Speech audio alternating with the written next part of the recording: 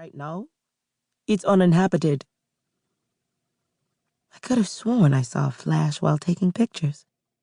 It could be anything, Clinton said. Most likely, something reflecting against the sun. Like what?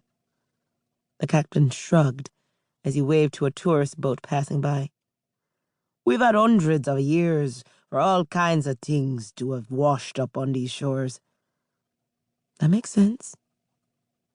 Kennedy spent the better part of an hour photographing the beauty that surrounded her. Satisfied, she sat on a bench facing the water and rested her head back to look at the sky. This is the life right here, my friend. You are so lucky to call this home. Easy enough for you to do, too, if you want it. Plenty of people want their picture taken. You could set up a little stand on the beach, get a printer, make it work. You make it sound so easy. Everything's easy in the Bahamas. Probably true, Kennedy imagined. Not like back in Chicago, where freelance photographers and writers outnumbered White Sox fans, making both industries dog-eat-dog. Or where she'd just unraveled herself from a complicated relationship that had continued long past its expiration date. Even in paradise, there was no escaping serial liar/cheater Will's incessant texts, begging to be given one more chance. She'd blocked his number, but he'd only used a friend's phone or bought burners to continue his pleas. It would be a hassle to change a number she'd had for more than a decade, but maybe that time had come. Because after too many chances to count, Kennedy was done with the brother named Will. Done with him, and for the moment, done with thinking about him. She reached for the decadent rum punch she'd saved for this moment, settled herself against the bench's far side, stretched her legs out, and allowed the water to rock away the stress of the past few days.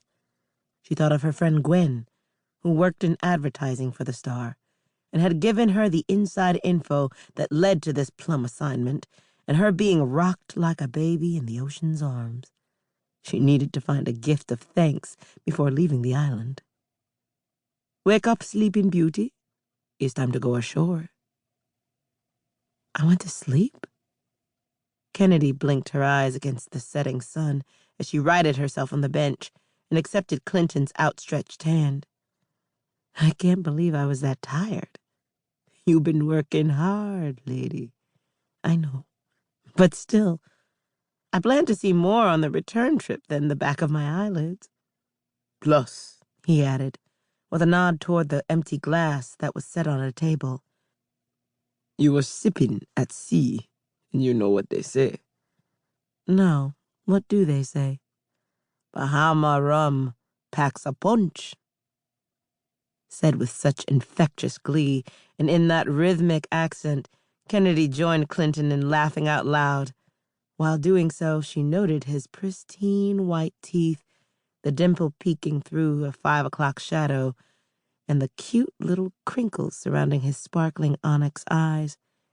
To make sure she was healed from Will, she'd sworn off casual dalliances and one-night stands. Was she sure that extracurricular was out? His voice dropped an octave as he added, and rum is not the only thing packing. One thought kept Kennedy's resistance from breaking. That same type of package is what had kept Will in her life for 2 years. A year, 10 months, and 2 days longer than he should have stayed. Yes, she was sure. Your offer is tempting, she replied with a smile to not leave his ego bruised. Then reached inside her pouch and pulled out a tip. He raised his hands. Oh, no, that's not necessary. Beautiful lady, squiring you around was my pleasure. And mine, too, especially since you arranged for me to be your only passenger. That cost you sails. Not really.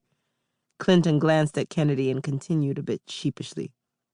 Today was my off day, so your lone fare is more than...